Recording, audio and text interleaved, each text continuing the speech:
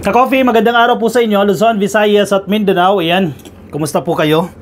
May mga fake news na kumakalat Si Digong daw pakakawalan na. Si Digong daw nakalaya na. Yan ang mga fake news na pinapalabas nila. Hindi po totoo yan Yan po ay fake news. Ang totoo, nag-apply po ng interim release itong kampo ni Digong. In short, gusto na po nilang palayain si Digong. Pero mga DDS, malulungkot po kayo sa balitang ito. Dahil pagpalayain man, if ever mag-grant itong interim release, lahat naman yan posible kasi ang desisyon niya nasa ICC, di ba natin hawak ang desisyon niya, no? If ever, worst case scenario, palayain si Digong o mag-grant itong interim release, mga DDS, hindi sa inyo uuwi si Tatay Digong. Yung panawagan ninyo, bring Duterte home, hindi po mangyayari yan. Dahil sa ibang bansa po siya uuwi. Hindi kaya nag-iikot ng iba't ibang bansa itong si Sara Duterte at itong si Pulong. Remember, nagpalibot-libot ng mga bansa yan, 17 countries ang pinuntahan nila. Naghahanap po sila ng bansa na tatanggap kay Digong. And lucky them, dahil meron na pong bansa na tatanggap daw kay Digong. Pero bad news yan para sa mga DDS dahil yung bring Duterte home hindi po mangyayari. Hindi po sa Pilipinas uuwi si Digong, kundi sa state party na willing daw pong tanggapin si Digong. Now, yan na pala yun. Yung pag-iikot-ikot ng mga Duterte ng mga bansa para hanapan ng matutuluyan, hanapan ng mga bansa o gobyerno na tatanggap dito kay Digong, alinsunod dito sa protocol, no, o sa pulisiya ng ICC. Pero hindi pa po nakakalaya hindi pa po nakakalaya si Digong. Sige, basahin natin ito. Nasaan ito? Nasa Philstar ito, ka-coffee.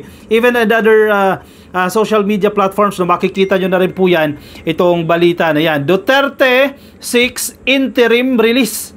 Duterte 6 interim release from ICC, says a state party willing to receive him. Parang isa yan sa mga kondisyones Once na humingi ka ng pabor o humingi ka, may petition ka dyan sa International Criminal Court, syempre kinakailangan din na ready ka na sa detalye, no? So, inunahan na nila yan. Ito yung diskarte nila, no? So, definitely, hindi naman nila sasabihin na handa na itong estado na to, itong bansa na to na tanggapin si Digong nang hindi pa nila nakakausap yan. Sa madaling sabi, nakausap na po nila yan, and this state agreed or has agreed to accept Duterte upon his interim release from the International Criminal Court. Yan po yung malinaw dyan. The lawyer of Rodrigo Duterte asked the International Criminal Court for the former president's interim release 3 months after he was detained in connection with the crimes against humanity case. Ito yung nami-misinterpret nila Yung parang sinasabi nila nakalaya na raw si Digong. Yan yung ginagawa nila ng fake news kahit malabong-malabo pa naman kasi nga itong request nila ng interim release, no? 3 months na pala nakabilanggo itong si Digong. 3 months na palang preso yan dyan sa International Criminal Court. Itong si Kaufman kasi, ewan ko hindi ako believe kay Kaufman. Di ko alam kung paano niya ilalabas yan si Digong dyan sa kulungan. Pero pansinin ninyo, in the previous months, itong 3 buwan na yan na napakikipaglaban nila dyan sa International Criminal Court, may nag-grant ba sa request ni Digong? Halos lahat ng nire-request niya nare-reject ng ICC. Sa madaling sabi, if we look at the data, if we look at the historical data, tila hindi effective itong si Kaufman. Kasi wala pa siyang naipapanalo sa mga petisyon na i-file niya sa ICC. Hindi lang natin alam, mabigat ito. In fact, isa ito sa pinakamabigat na motion o request ng kampo ni Digong na palayain na siya. Hindi natin alam kung paano didiskartehan ni Kaufman yan. Kasi naunahan ng yabang itong Kaufman O matatandaan ninyo, nung sumasalang si Kaufman sa mga media interviews, ang sinasabi niya, we are very confident, mailalabas si Digong bago pa man po magsimula yung hearing na magaganap po sa Setyembre. Ganyan ka-confident yan si Kaufman Pero yun nga, contrary doon sa nagiging desisyon ng ICC na hindi nag-grant yung kanyang mga request. Basahin natin yung nilalaman nitong request nila. In a 16-page document dated June 12, ibig sabihin kahapon lang po ito, Nicholas Kaufman said an ICC member state, the name of which was redacted, had, and I quote, expressed to the defense its advance and principled agreement to receive Mr. Duterte onto its territory for the term of his interim release and will act in accordance with with its domestic law to implement such conditions as deemed appropriate by Pre-Trial Chamber 1. Okay, English. Himayin natin. So, may teritoryo na po. Definitely, itong teritoryo na to ay dapat ikaw po ay miyembro ng International Criminal Court. May teritoryo na, may bansa na, may estado na gustong tanggapin si Digong. And as committed, susundin nila yung domestic laws, kung ano man po yung mga batas, mga polisiya nila dyan. Once they accept Duterte, susundin po nila yung mga batas na yan. Ang tanong, anong bansa yan na willing tanggapin si Digong? China. Ang China, X. Kasi hindi naman siya miyembro ng ICC. Kasi base dito sa kanilang description, miyembro po ng International Criminal Court. Di malabong-malabo po na China yan. Sa tingin ko, hula ko lang ito ka-coffee ha, natatandaan niyo yung 17 countries, mamaya babalikan natin yan, yung mga bansa na binisita ni Pulong, yung purpose nun, sa tingin ko lang ito ha, base sa mga nangyayari ha, ay kausapin yung mga bansang ito na tanggapin nyo yung tatay ko. Hindi natin alam yan, hindi alam sa BJN, which is understandable, di ba? Kasi kapag strategic, hindi mo naman i-expose lahat sa media. Hindi natin naririnig yan na naghahanap na sila ng mga bansa na pwedeng tuluyan ni Digong. At ito na yan, lucky them, di ba? Yun yung term, lucky them, dahil nandiyan na, tinanggap na kung anong estado na yan, pero hindi pinangalanan. Eventually siguro, malalaman natin yan, maglilik din yung dokumento na yan. The prosecution, quotation ito ha, the prosecution has confirmed its non-opposition to interim release. Redacted. Dito lang ibig sabihin ito.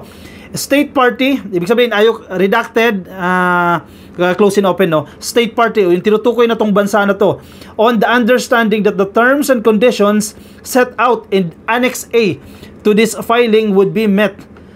Wait lang, the prosecution has confirmed its non-opposition to interim release to on the understanding that terms of... Okay, sige. O yun, tulad ng sinasabi ko kanina, meron na pong mga existing na conditions. Nasa Annex A daw po yan, no? Nasusundin itong bansa na to, natatanggap kay Digong. Kaufman noted that Duterte is, and I quote again, is not a flight risk and custody is not necessary to ensure his appearance before the court.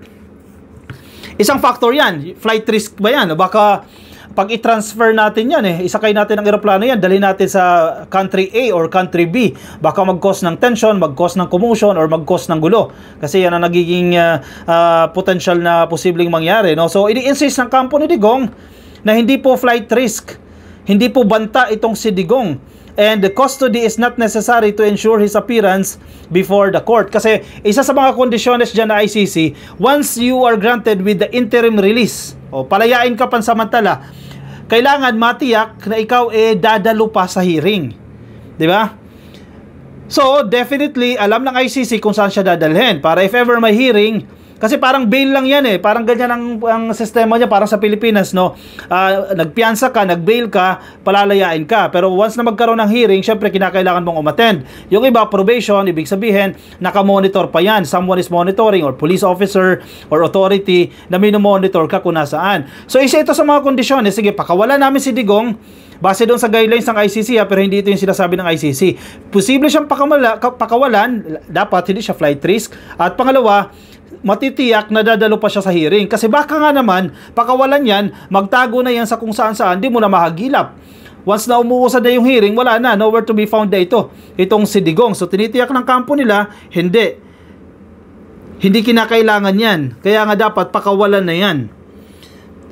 The government of, kung anong bansa yan, the government of this country, kasi nalilito ako sa mga terms nila dito The government of this country has expressed its willingness to receive Mr. Duterte onto its territory, and accordingly, there is more than good reason to believe that Mr. Duterte would not embarrass his hosts and the hospitality afforded him by violating the terms of his release. Ang daming issue dito na nanganganak ito ng issue itong sitwasyon na yan. Sige, doon muna tayo sa facts of the matter, no? Ang katotohanan, nangangako si Digong na hindi niya ipapahiya yung bansang tumanggap sa kanya, kung ano man yung bansa na yan. Kasi paano niya mapapahiya yan? Di ba may agreement? Once na violate ni Digong yung mga agreement na yan, masisira siya doon sa bansa na yan, kung sino man yung bansang tatanggap sa kanya. Now, given the fact, no? Sige, dyan siya sa bansa na yan. Papaano siya magsisilbi bilang alkalde ng Davao City. Wala siya sa bansang Pilipinas. Ang Pilipinas ay nasa Davao. Paano siya magmamanage ng Davao kung wala naman siya mismo sa Pilipinas? Buti sana kung nagbakasyon lang siya dito sa bansa na yan. Diba, hindi pa nga nakakapag-take ng oath eh. Kasi bakit pa kasi tumakbo? Itong mga tao naman sa Davao, sige, karapatan nyo naman yun. Bakit yung pabinoto? Alam nyo na wala dyan. Paano kayo mapaglilingkuran yan? O sige, Vice Mayor, ang tatayo, anak niya rin, diba? Anyway, problema na nila yan. The lawyer told the ICC that the application for Duterte's interim release, and I quote, should be adjudicated as a matter of urgency. Wow! Wow! Wow! Wow! Nagdedemando. Sinasabi ng kampo ni Digong, tingnan nyo itong bagay na to bilang urgent. Diba usually pag may mga kaso, pinipila pa yan. Kasi syempre maraming mga nauna na mga petisyon na kinakailangan i-address. Pero sinasabi ng kampo ni Digong, no, tingnan nyo itong bagay na to bilang isang urgent na bagay. Ibig sabihin agad-agad. Kung kahapon yan, na-file nila yan June 12, so kung agad-agad, within this week, pag-usapan nyo na yan, pag-desisyonan nyo na yan, agad-agad ha. May sense of urgency ang sinasabi dito ni kampo ni Digong. Agad-agad ha. Wow, very demanding ha. Kaufman acknowledged that its pre-trial chamber wants decision to set the terms of the would-be interim release, though he said they are making the following additional submissions. 1. Duterte will not be abscond. 2. Duterte will not imperil proceedings if released. 3. Duterte will not continue to commit crimes. And 4. And humanitarian factors militate in favor of interim release. Wow, wait lang, ang dami ha. May checkan lang ako ha. Na-discuss ko na to ng isang araw eh. Okay, isa-isahin natin itong mga conditions na ibinigay dito ng ICC. 1. Duterte will not abscond. Ibig sabihin, si Duterte po ay hindi siya tatakas sa kanyang liability, sa kanyang kaso. Kasi hindi naman ibig sabihin na once mag-grant itong interim release, pansamantala lang naman yan, di man ibig sabihin na dismiss na yung kanyang kaso o tapos na. So dapat matiyak ng kampo nila na hindi tatakas o Duterte will not abscond itong si Digong. Number 2 condition, Duterte will not imperil proceedings if released. Ito yung sinasabi natin kanina na baka pag pinalaya yan, baka hindi na yan umattend ng mga hearing, di ba? Hindi dapat, di ba? Dapat matiyak nila yan na a-attend pa rin si Duterte doon sa hearing o kaya i-impluwensyahan ng kung sino man, ang mga witness, di ba? Ang mga judges o kung sino man para pumabor sa kanyang desisyon. Number 3, Duterte will not continue to commit crimes. Or ang nabasa ko dito previously ay kung wala na siyang makinarya para gawin yung mga krimen na yan, matitiyak nila na hindi na ulit gagawin ni Digong yung mga krimen na yan. They have to establish the fact, no, na talagang hindi na gagawin ni Digong yung crimes against humanity na ginawa niya noong siya po presidente pa ng Pilipinas at mayor pa ng Pilipinas. Now, kung babalik siya sa pagka-mayor, andiyan na naman yung makinarya niya, may pera na naman, may tao na naman, posible na gawin niya na naman yan itong mga pinagagawa niya noong siya ay alkalde at siya ay presidente dahil para kasuhan siya ng ICC. So ang option dyan, analysis lang natin ito, no? So ang option dyan ng kampo ni Digong, wag na siya talagang bumalik ng Davao kasi hindi nila mai establish itong kondisyones ng ICC na talagang hindi na nagagawin ni Digong yan kung nandiyan siya bilang mayor ng Davao kasi adyan naman siniris. Pwedeng gawin niya na naman yung pinagagawa niya. So, hindi naman niniwala ang ICC dyan. So, kayo mga taga Davao, hindi na kayo babalikan. Hindi na kayo babalikan ni Digong. Wisely, ha? Hindi na kayo babalikan. Kung titingnan niyo itong sitwasyon na to wisely, negatibo ang pagbalik ni Digong sa Pilipinas. Kumbaga, makakasama yan sa kanyang kaso kung babalik siya ng Pilipinas at tatayo siya bilang mayor. Kasi, they will not be able to meet this condition of the ICC. Number 4, humanitarian factors militate in favor of interim release. So magiging factor pala yung katandaan niya dyan. Yung kanyang sakit, ang pagiging mahina niya ay posibleng maging factor kung bakit siya igagrant ng interim release. Dumiskarte itong mga to, oh. Ayos ah. Dumadaan sa technicalities talaga no? Imbis na sagutin nila kung patunayan nila na hindi niya ginawa yung krimen na yan, gumagawa ng paraan no? Duterte does not pose an objective risk of flight, nor is he... Teka, wait lang. Nadidistract ako sa pagbasa Duterte does not pose an objective risk of flight, nor is his arrest necessary to ensure the integrity of the investigations or to preclude the continued commission of crimes, Kaufman said. he must as a result be immediately released from the ICC custody. O paulit-ulit lang, kumbaga summary lang ito, no. Sinasabi ni Digong, ni Kaufman, hindi risk si Tatay Digong, kaya dapat na siyang pakawalan.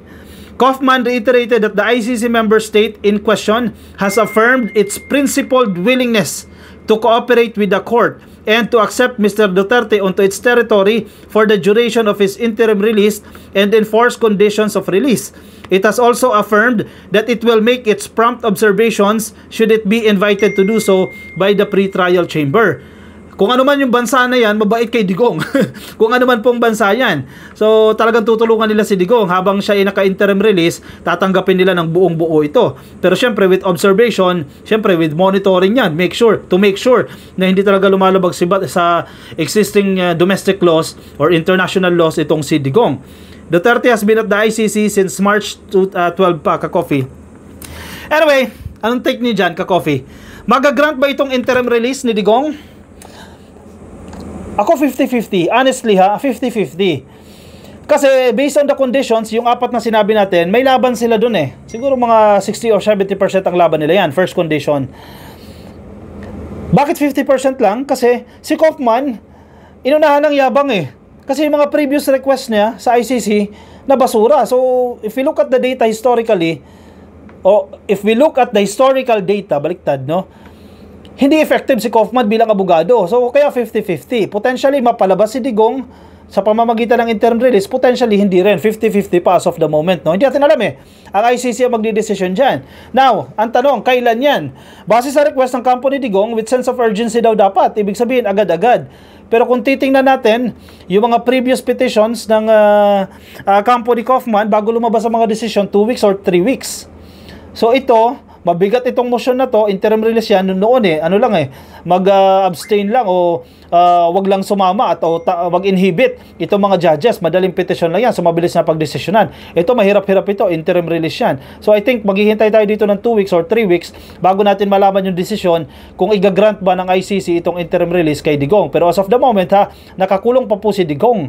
Fake news po yan, yung sinasabi nila na nakalaya na, nakalabas na po si Digong. O siya, sige, i-komento ang inyong opinion, reaction sa comment section, baka may gusto po kayong sabihin para mabasa po yan ng iba natin mga Ka-Coffee. Yung mga nasa Facebook, pasuyin na lang Ka-Coffee, please like and follow, YouTube subscribe, TikTok subscribe na rin po kayo. I will see you in my next video. Maraming salamat po sa mga sumama. Ingat po kayo, nasaan man po kayong panig ng daigdig. Bye bye.